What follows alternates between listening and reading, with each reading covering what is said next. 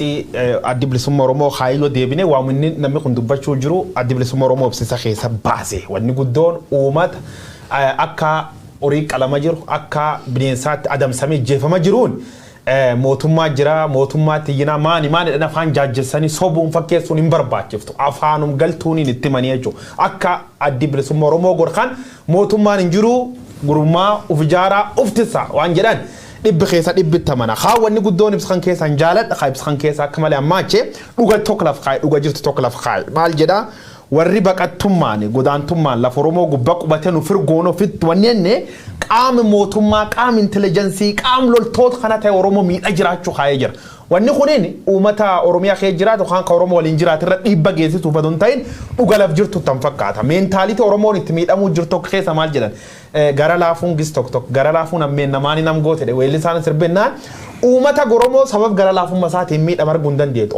Oromiyaa keessatti warri naannoo Shawaa kana godaanee lixa Oromiyaa qubatin jira warri lachuu Oromoo Oromiyaa jiddu galeessaati ka'ee lixoo dhufu nam jiddu galeessa don ta'e nam lixa ta'e jiraata aadaalle amantaalle xiyyeennallee namuma lixa Oromiyaa sun ta'a bakka uummatum sun fudhataa jechuudha nami Oromooti naannoo jiddu galeessa Finfinnee baqatti Booran keessa hin jirtin qaabadha iddi lolaatiif naannoo Meeggala fedhan jirti warri sun waan uummati Oromoo jiddu galeessa bacaaftu lama kun kee jirtu tokko yuun beeku gosallee bosuma Boorana jedha aadaalle tan Boorana qaba so uummati Oromoo agas nam keesseen onnerra nam waliin jiraat warri ammoo Oromiyaa kee qubatee ammaan tan Oromoo dararuu jiru tokko warra ammaan tan addi bilisummaa Oromoo ibsisarra kaakan fakkeenyaaf oppidiyoo fudhachuu dandeenya haadire oppidiyoo tan cufa yoo maqasii ilaalti taat akaakuun isii gorsuuf fakkeessuuf maani yoonni qixxa ta'ellee qixxi maani waan dalamsaniituun fidan malee nyaap akkana maamaatti Oromoo miidhuu jira jechuudha kanaafuu nyaap sikee taa'e simiin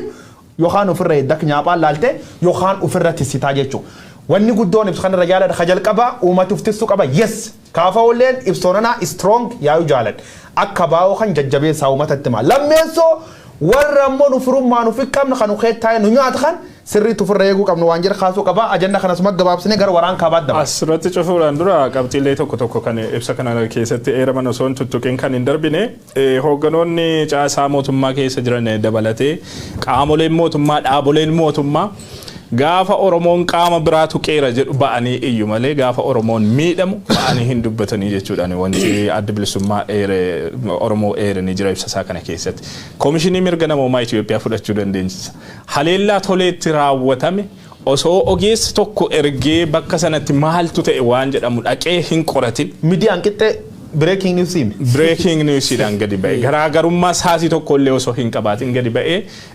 hidhattoonni uummata Amaaraa tolee keessa qubatanii jiran fixanii jedheeti kan inni dubbise har'aatti hanga istuudiyoo seenne kanatti waa'ee haleellaa amuroo fi naannoo sanatti raawwatamaa jiru wanti inni dubbate hin jiru kana jechuun egaa dhaabbileen mootummaa caasaan mootummaan mataan isaayyuu ageenestii Oromoo dhaabbatee jiraachuu isaatiif agarsiiftuun kana caala hin jiru jechuudha.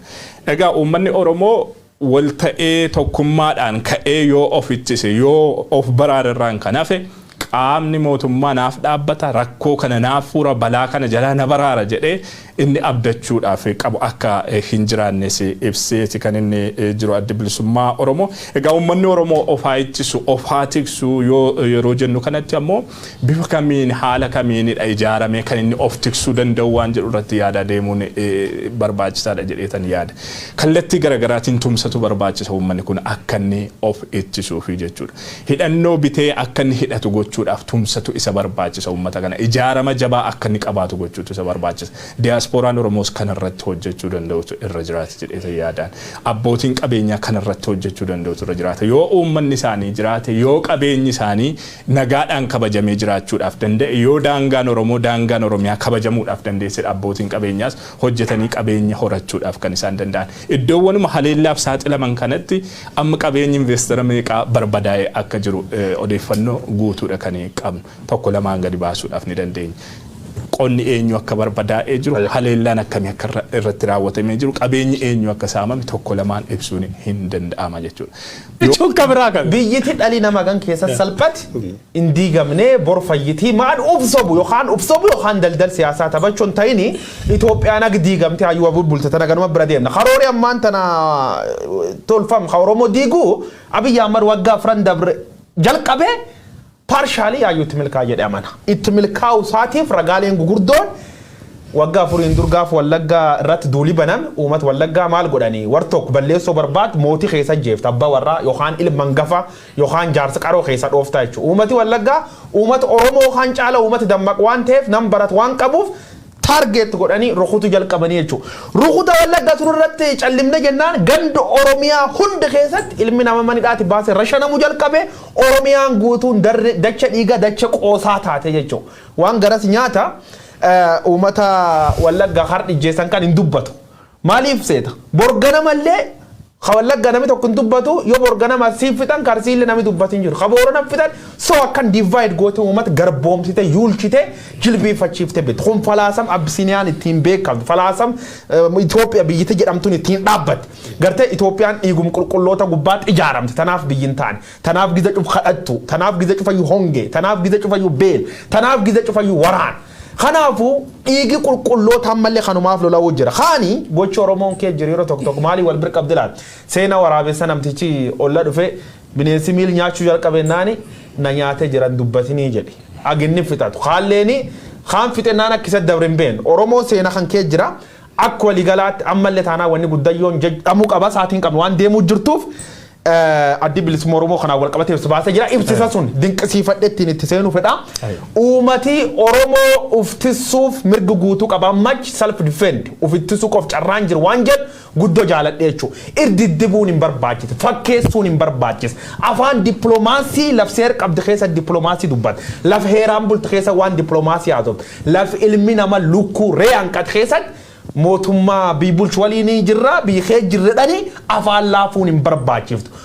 Jecha kan irratti ani na doqiyyooti daran kan dubbachuu qaban qawwee hidhadhaa uftisaa jechuudha. Mootummaan hin jiru mootummaan shifta ta'ee jira mootummaan lubbuu balleessa ta'ee jira qawwee hidhadhaa uftisa seer dhaabbata biyyoota gamtoomanii gubbaan jira jechuudha. Nam billaan si qaluuf dhuf billaan ofirra ittisuun mirga namoomaatiin jira uumamaa waan jiruuf mata duree ibsa bilisummaa Oromoo kana jaaladhe jiraadhe kanaan itti seenu fedhe. Jaarmiyaaleen Oromoo tibbana ibsisaan baasaa jiranii dhugaa lafarra jiru kan tuttuqaa jiru ammoo uummataaf illee ergaa gaarii dabarsaa kan jirudha jedheetanii kaasuudhaaf nan danda'a. Abaawwaboon eengadda maddi rakkoo eessa akka ta'e tuttuqeeti kan inni jiru ifatti eenyudha maqaa waraana bilisummaa Oromootiin sana dahoo godhatee kan qumaara taphataa jiru kan ittiin daldalaa jiru waan jedhu lafa kaa'eeti kan inni jiru sanarratti qaamni himatame deebiyoonni kennan dhiheessinannee rakkuma dheengaddaa sana kaafaa'uunis dheengadda ibsa baasee ture. Agamsatti maaltu ta'ee waan jedhu bu'uura irraa kaasee hanga dhumaatti fala waan jedhu faana tokko lamaan lafa kaa'eeti kan jiru paartiin koongireesii federaalawaa Oromoosi sunis ibsa jabaa ture jechuudhaaf hin dandeenya. Ibsi adda bilisummaa Oromoo kunis uummataaf ergaa sirrii fi ergaa yeroo isaa eeggate kan dabarsedha jedheetan kaasuudhaaf nan danda'a. Adeemsi ammatti jiramu adeemsa Oromoo cabsuu, adeemsa Oromoo xiqqeessuu, adeemsa Oromoo dhabamsiisuudha. Adeemsa kanammoo uummanni kun callisee walirratti ilaaluu irratti kan argamu.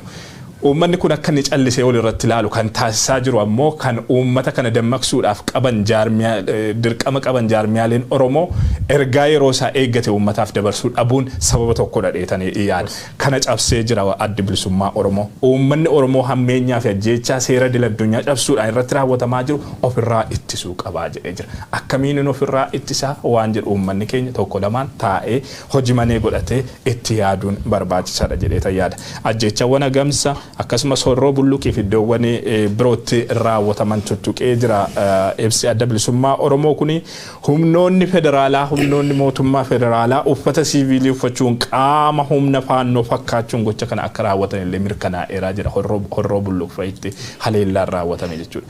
Qaamni mootummaa tokkoffaa faannoo hidhachiisuudhaan faannoo bobbaasuudhaan lammata ammoo faannoo fakkaachuudhaan faannoo wajjiniin walitti hidhatee loluudhaan sadaffaa waraana bilisummaa Oromoo fakkaatee yookaan qaama garagaraa fakkaatee uummatarraa hidhannoonni ittiin of tiksu san irraa hiikuudhaan haleellaa kanaaf saaxilaa jira haleellaa kana irratti raawwataa jira jechuudha bu'uura ibsa kanaatiinis kan itti hubachuudhaaf dandeessu ammoo uummata haleellaa kana jalaa baqatullee baqattan jedhanii dura goranii ittisanii gara haleellaa kanaatti akka inni deebi'u taasisaati kan jiran horroo bulluqitti kanadha kan ta'ee jiru uummanni haleellaadhuma irratti banamu jalaallee akka baqatee hin baane yookaan akka lubbuusaa hin baraarfanne gochuu irratti kan argamu kanaaf haleellawwan gullisoo keessatti ganda diillaa gogolaa jedhamu akkasumas aanaa gimbii jala ganda tolee jedhamtu abunaa ginda barata akkasumas shawaa kaabaa dabalatee iddoowwan garagaraatti haleellaawwan raawwatame keessatti haleellaa abbootii gadaa karrayyuu dabalatee jechuudha ajjeechaan kun hundi garee caasaa mootummaa waliin hidhata qabaniin akka inni raawwatametti shakkii qabnaa jechuudhaan yookaan akka sanatti hubannaa jechuudhaan ibsee jira adda bilisummaa Oromoo egaa uummanni qaama isa tiksu waan hin qabneef of tiksuun seera uumaatii wal ijaaree bifa ittiin of baraaruu danda'uun of tiksuu qaba argaa jedhu dabarsee jira. By the way ergaa adda bilisummaa Oromoo amma baase kanaan wanni wal utubu obbo Dammaqa Mokonnin waggaa tokko dura ummati Amaaraa Wallagga keessa jiru ijaaramee hidhatee community policingidhaan waan fakkaatuun of eeguu qabaa naannoo isaa eeguu qabaa jedha. Ummati Amaaraa Wallagga keessa jiru obbo Dammaqan. Obbo Dammaqan technically hoggana paartii badhaadhinaa biltsiginnaa Amaaraati. Hoggana Oromiyaa miti. For that matter hoggana Oromiyaa miti. Ibsa abaa'oo kana keessatti maal jedhaa mootummaan ummata ollaa hidhachiisee Oromoo irratti bobbaasaa jedha. Warri kun caasaa mootummaa caasaa intelligensii mootummaa ta'anii ummata irratti haleellaa warra raawwachaa jiranidha. Kanaaf yaada obbo Dammaqan waggaa tokko dura ibsaa turan. Amaarri Matakkal keessa jiru ka Wallagga keessa jiru hidhatee ijaaramee of tiksuu qabaa jedha. Warra kana jechuudha Dammaqa faatu warra kana ijaaree ummata Oromoo irratti bobbaasee jechuudha. Viidiyoo san gara fuulduraatti itti fayyadamuu dandeenya irra deebinee miidiyaaleen isaanii irra deddeebi'anii viidiyoo sana fayyadamaa turan.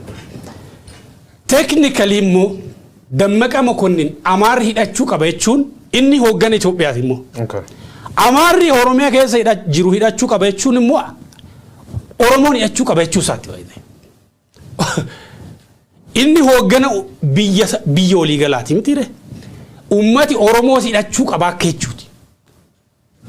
Kuni namichi jechuu dhiisuu danda'a.